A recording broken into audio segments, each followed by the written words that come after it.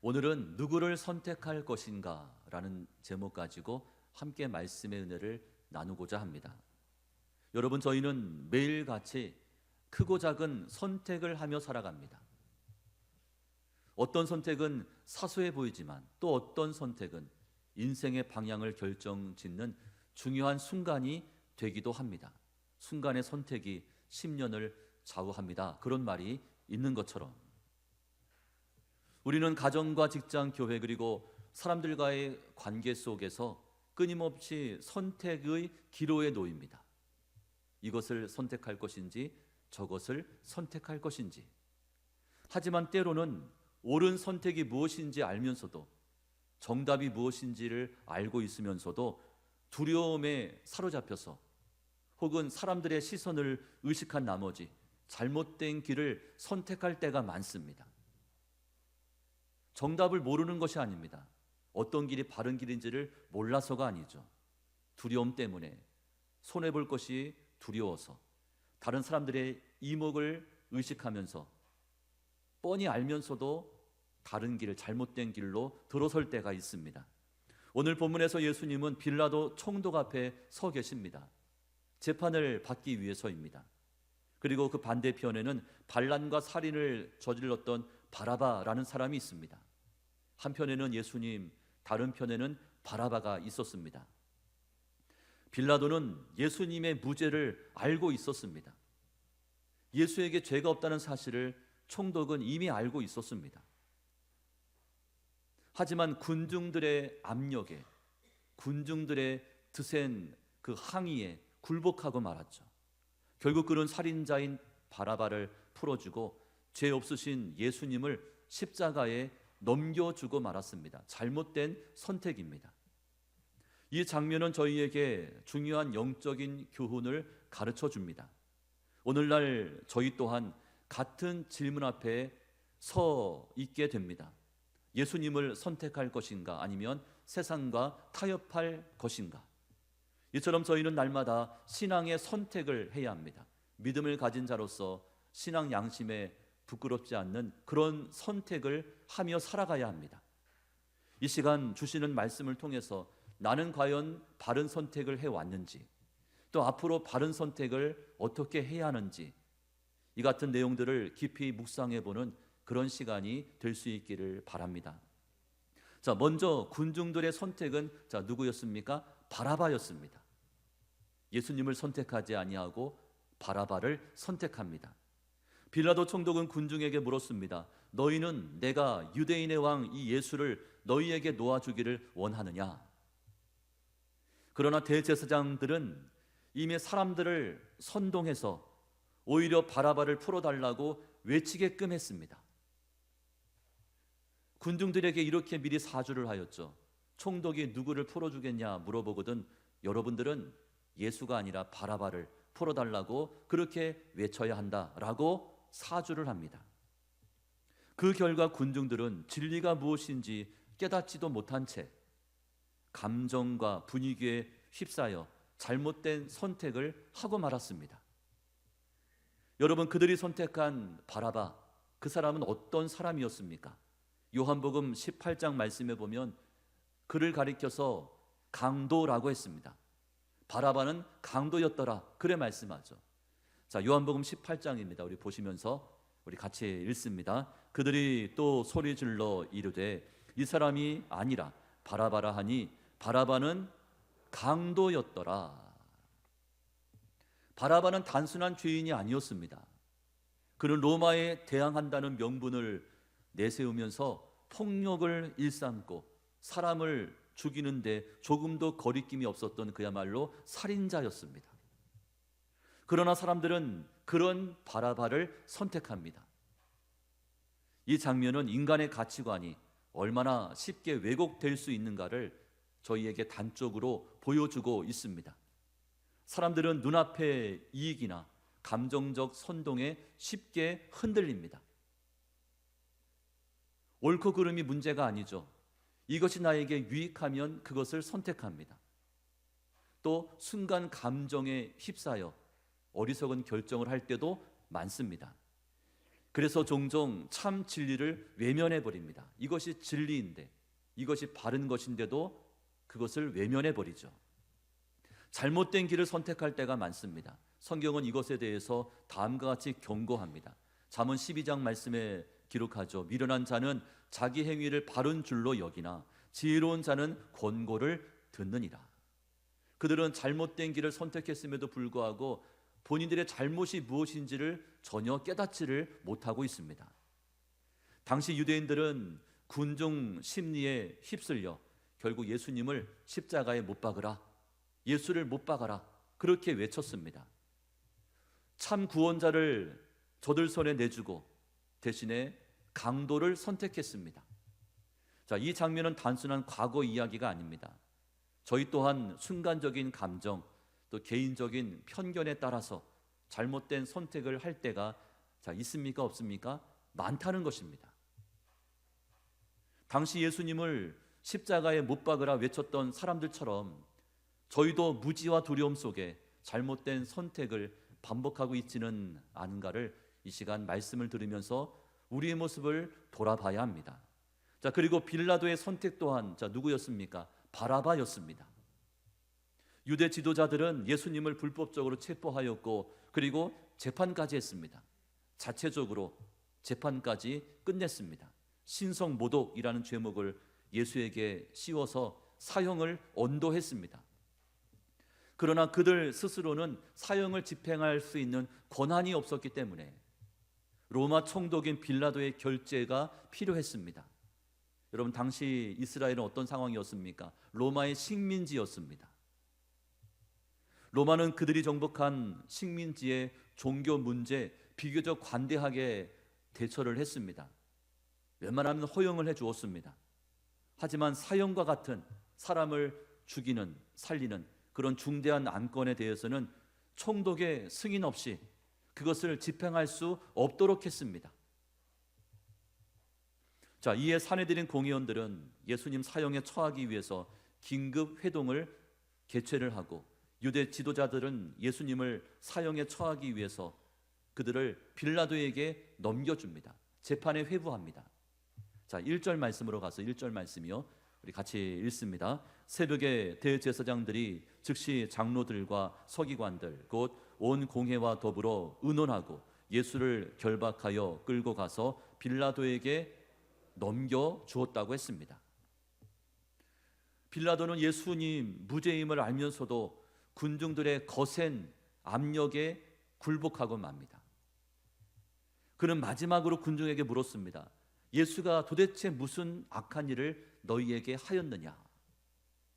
자, 그러자 군중들은 더 크게 소리치면서 예수를 십자가에 못 박으라 외쳤습니다. 빌라도가 더 이상 말을 하지 못하게 한 것입니다. 결국 빌라도는 밀란이 일어날까 우려하면서 저들이 이제 들고 일어나서 그들이 밀란을 일으킬까 걱정하면서 저들을 달래주고자 바라바를 풀어줍니다. 대신 예수님은 십자가에 넘겨주고 말았습니다.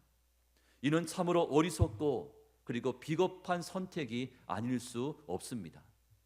빌라도는 이러한 선택에 대해서 마태복음은 중요한 두 가지 사실을 언급하고 있습니다. 마가복음에 나와 있지 않은 두 가지 내용입니다. 자, 마태복음 27장 19절에는 이런 내용입니다. 총독이 재판석에 앉았을 때에 그의 아내가 사람을 보내어 이르되 저 옳은 사람에게 아무 상관도 하지 마옵소서. 오늘 꿈에 내가 그 사람으로 인하여 애를 많이 태웠나이다 하더라. 자, 누가 나옵니까? 빌라도의 아내가 등장합니다. 남편이 잘못된 판결을 내리지 않도록 급하게 사람을 보내면서 그의 결정을 막아보려고 했지만 빌라도는 끝내 군중들의 요구를 따르게 됩니다. 그러면서 자신의 책임을 회피하려고 했습니다. 그는 사람들 앞에서 어떻게 했습니까? 손을 씻으면서 이렇게 말했습니다. 마태복음 27장 24절 말씀에 빌라도가 아무 성과도 없이 도리어 밀란이 나려는 것을 보고 물을 가져다가 무리 앞에서 손을 씻으며 이르되 이 사람의 피에 대하여 나는 무죄하니 너희가 당하라. 나는 죄가 없다. 너희가 원했던 대로 그냥 했을 뿐이지 너희에게 죄가 있지 나에겐 죄가 없다. 그렇게 말해버립니다.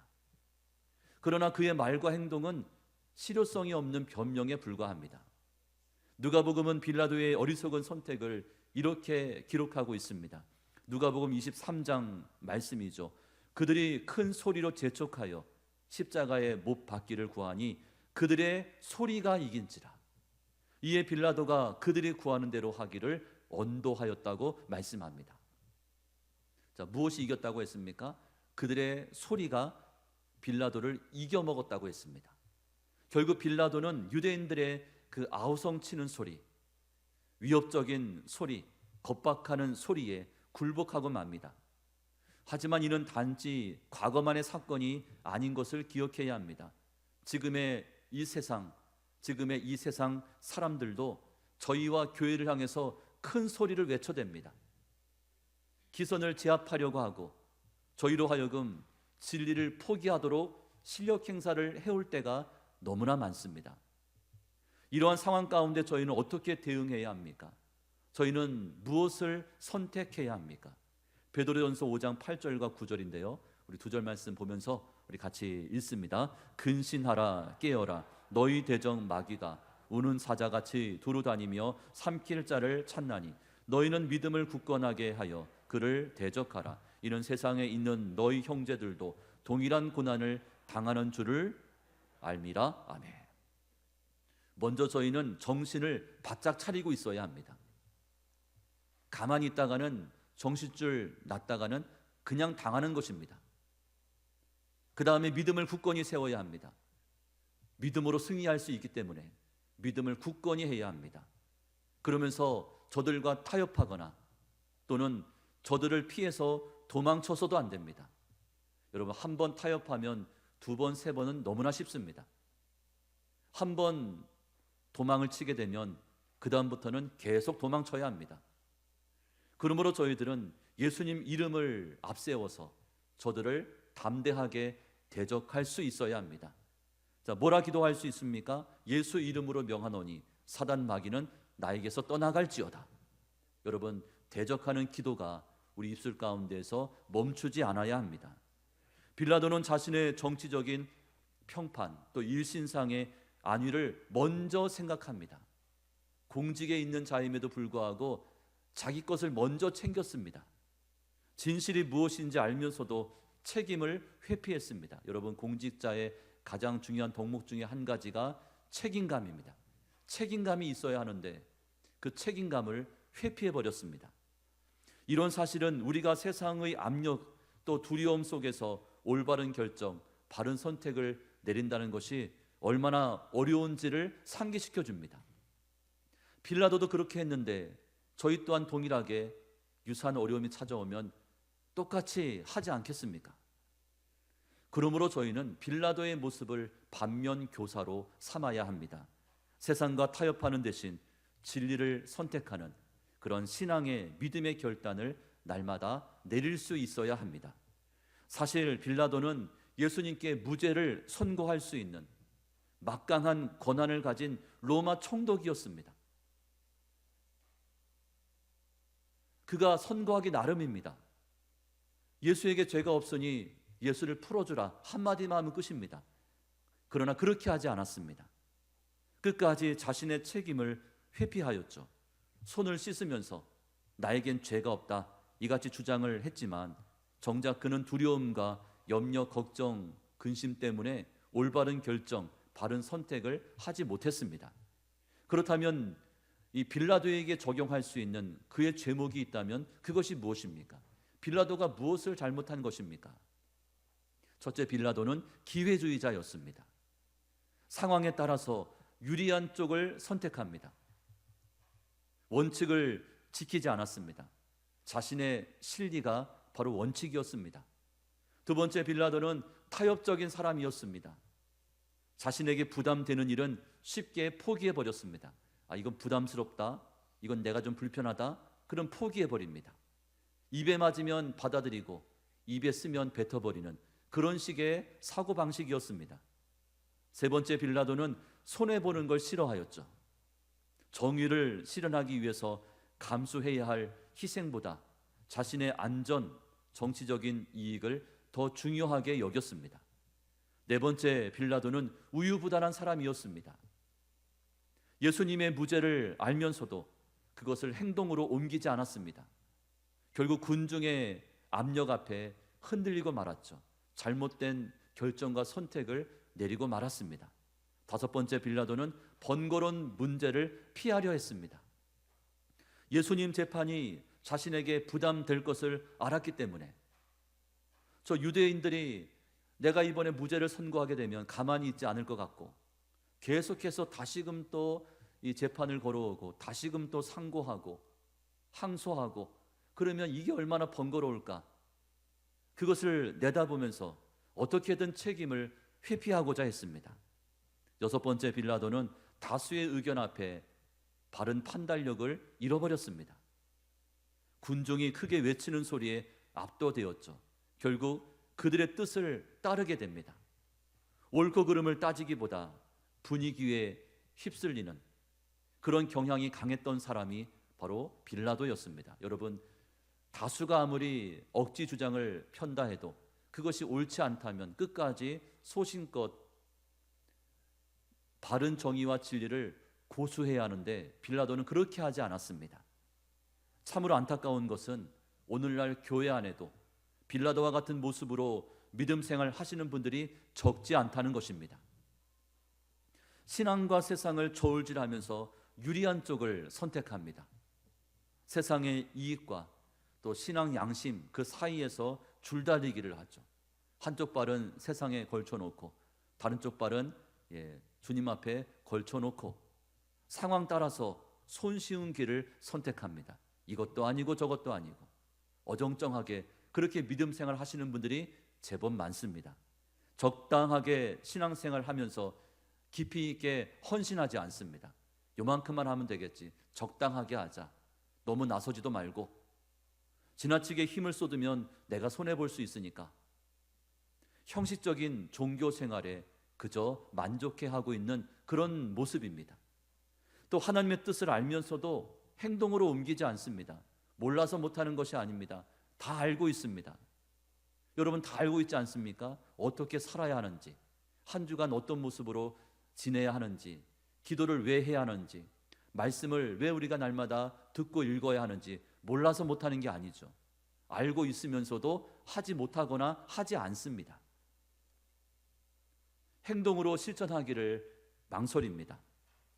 그것 때문에 내가 혹시나 불편한 일을 겪지 않을까?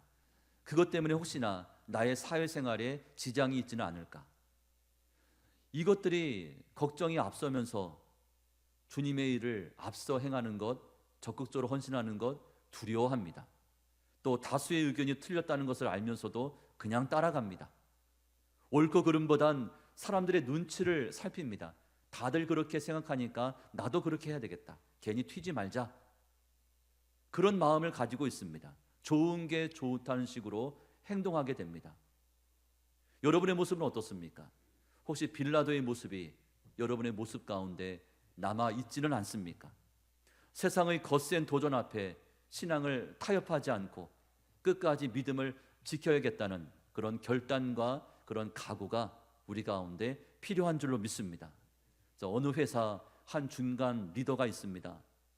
그는 동료 직원들 또 밑에 있는 부하 직원들의 그 어려움을 겪고 있다는 그런 말을 듣고 그런 사실을 알고 있으면서도 그런 내용들을 윗사람의 눈치를 보느라 그들의 목소리를 전하지 않습니다. 그들의 목소리를 외면해 버립니다. 결국 어떻게 되어집니까? 직원들이 한 명, 두 명 불만을 품으면서 다른 회사로 이직해 버립니다. 좋은 일꾼들이 다른 회사로 가버리고 맙니다. 빌라도 총독도 이와 다르지 않았습니다. 예수께 죄가 없다는 사실을 알았지만 자신의 자리 또 그의 명성을 지키기 위해서 책임을 회피해 버립니다. 군중의 뜻을 따라 예수님을 십자가로 내몰았습니다. 자신의 유익을 챙기느라 진리를 외면하고 책임을 회피하는 것은 참으로 비겁한 행동입니다. 비겁한 자였습니다. 하나님께서 기뻐하지 않는 그런 모습입니다. 여러분, 지금도 대통령과 모든 나라의 공직자들이 그런 모습이지 않습니까? 책임을 지지 않아요. 부담스러운 것을 본인이 뒤집어 쓰려고 하지 않습니다. 웬만하면 그냥 묻어가려고 합니다. 웬만하면 튀지 않으려고 합니다. 이것이 지금의 한국에 있는 정치인들의 모습이지 않습니까? 성경은 이렇게 말씀합니다. 잠언 29장 25절인데요. 보시면서 우리 같이 읽습니다. 사람을 두려워하면 올무에 걸리게 되거니와 여호와를 의지하는 자는 안전하리라. 아멘. 자, 만일 빌라도가 사람들 눈치를 보는 대신 하나님을 의지했다면 그는 올바른 선택을 했을 것입니다. 그러나 그는 두려움에 사로잡힌 나머지 불의한 결정을 내리고 말았습니다. 여러분, 빌라도 또 군중들의 어리석은 선택으로 예수님은 십자가에 달리셨습니다. 그러나 그럼에도 불구하고 하나님의 뜻은 이루어진 것을 알 수가 있습니다. 사람들은 예수님을 버렸지만 하나님은 그들의 불의한 선택을 통해서 인류를 구원하셨습니다. 그러므로 예수님의 십자가는 우리의 죄를 대속하시기 위한 하나님의 선택이었습니다. 하나님은 무엇을 선택했습니까? 예수님의 십자가를 선택하신 거죠. 로마서 5장 8절 말씀입니다. 우리가 아직 죄인 되었을 때에 그리스도께서 우리를 위하여 죽으심으로 하나님께서 우리에 대한 자기의 사랑을 확증하셨느니라. 사람들은 예수님을 십자가에 못 박았지만 하나님은 그 십자가를 통해서 죄와 사망 권세를 이기셨고 구원의 길을 우리 앞에 활짝 여셨습니다. 이처럼 예수님의 십자가는 단순한 사형 틀이 아니죠. 하나님께서 설계하신 구속 계획의 절정입니다. 그래서 이사야 53장은 이렇게 말씀합니다. 그가 찔림은 우리의 허물 때문이고 그가 상함은 우리의 죄악 때문이라. 여러분, 예수님께서 우리의 죄를 대신 짊어지고 십자가에 죽으신 결과 저희는 죄사함을 받았고 하나님과의 막혔던 관계가 다시금 회복이 된 줄로 믿습니다. 요한복음 3장 16절 말씀이요, 우리 잘 알고 있는 말씀이죠. 보면서요, 우리 같이 읽습니다. 시작. 하나님이 세상을 이처럼 사랑하사 독생자를 주셨으니 이는 그를 믿는 자마다 멸망하지 않고 영생을 얻게 하려 하심이라. 예수님의 십자가 이 사건은 하나님의 사랑을 가장 극적으로 보여주는 그런 감동적인 사건입니다. 십자가는 단순한 희생이 아니라 하나님의 크신 사랑의 표현이자 우리를 향하신 구원의 약속입니다. 더 나아가 십자가는 승리를 상징해주고 있습니다. 예수님은 십자가에서 사탄의 권세를 이기셨죠. 죽음을 정복하셨습니다. 그리고 사흘 만에 부활하시면서 여러분과 저에게도 영원한 생명을 보장해 주셨습니다. 그것이 십자가입니다. 이러한 예수님의 십자가 단단히 붙잡고 저희가 살아갈 때 세상의 거센 압력과 또 시험 앞에서도 흔들리지 않을 뿐 아니라 하나님의 뜻에 합한 올바른 선택, 바른 결정을 저희는 날마다 내릴 수 있는 줄로 믿으시기를 바랍니다. 이제 말씀을 정리합니다. 여러분, 저희는 매일의 삶 속에 크고 작은 선택을 하며 살아갑니다. 이제 이번 한 주간도 분명히 여러 가지 선택의 기로에 서게 될 것입니다. 때로는 빌라도처럼 책임을 회피하기도 하고 때로는 군중들처럼 다수의 의견에 휩쓸릴 때도 있을 것입니다. 하지만 저희가 결코 후회하지 않을 선택은 바로 내 뜻이 아니라 하나님의 뜻을 따라가는 것입니다. 주님의 뜻을 따라가다 보면 바른 선택을 할 수밖에 없습니다. 먼저 저희는 예수님을 선택해야 합니다. 세상 살다 보면 끊임없이 선택의 기로에 놓이게 되는데 세상 가치관을 따를 것인가 아니면 하나님의 말씀을 따를 것인가, 돈과 명예를 쫓을 것인가, 하나님께서 기뻐하시는 그런 삶을 살 것인가, 이런 순간이 찾아왔을 때 저희는 망설이지 말고 예수님을 선택해야 합니다. 그럴 때마다 하나님은 우리의 걸음을 가장 선한 길로 앞서 인도해 가시는 줄로 믿습니다.